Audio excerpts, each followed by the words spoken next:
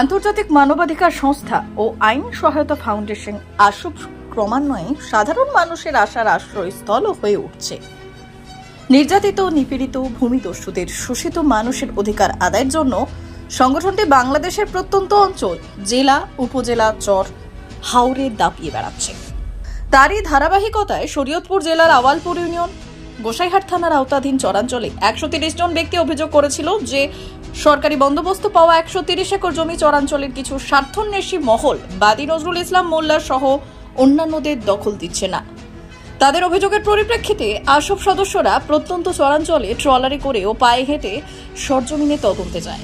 আন্তর্জাতিক মানবাধিকার সংস্থা ও আইন সহায়তা ফাউন্ডেশন আসব সংগঠনটির আয়রন ম্যান খ্যাত মানবতার ফেরিওয়ালা নির্বাহী পরিচালক এম হকের দুর্দান্ত সাহসিকতায় ও বিচক্ষণতায় এবং স্থানীয় মেম্বারদের সহযোগিতায় অধিকার বঞ্চিত ও দখলদারদের মধ্যে তাৎক্ষণিক চড়ে সংঘর্ষ এড়ানো সম্ভব হয়েছিল। আসব সদস্যরা বলছে, আইনের ঊর্ধ্বে কেউ না, সরাসরি বন্দোবস্ত পাওয়ার জমি ভূমিহীনদের দিতে হবে।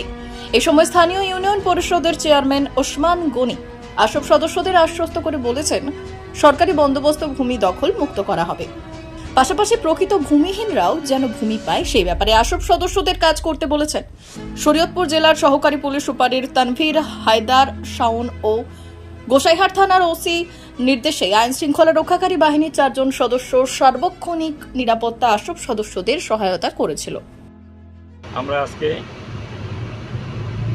রওনা হচ্ছি শরীয়তপুর জেলা গোসাইহাট উপজেলা আলালপুর ইউনিয়ন।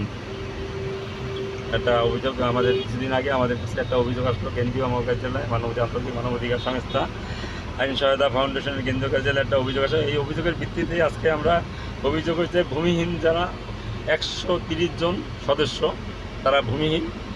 এর একজন বাদী হয়ে নজরুল ইসলাম মোল্লা, উনি বাদী হয়ে আমাদের কাছে অভিযোগ করছেন।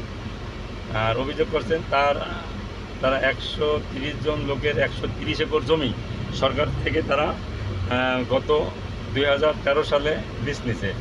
2013 থেকে 14-15 পর্যন্ত তারা ওই জমিটি ব্যবহার করছে। তারা ইতিপূর্বে তারা ওই ইউনিয়নের অত্র ইউনিয়নের চেয়ারম্যান ওসমান গনি ওনার লোকজন ওনার দ্বারা ওই জমিগুলো তাদের হাত থেকে তারা নিয়ে গেছে। এখন এই জন্যে তারা অভিযোগ করছে তারা ওই জমি থেকে তারা বঞ্চিত, ওই জমিতে কোনো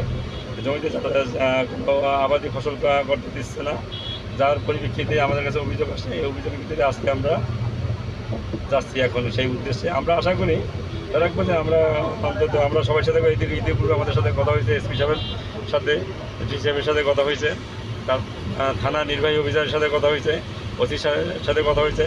তারা আমাদেরকে আশ্বস্ত করেছে যেটা সত্য বাস্তব, যেটা স্বচ্ছতার মাঝখানে আমরা এটা সমাধান করতে পারবো ইনশাল্লাহ।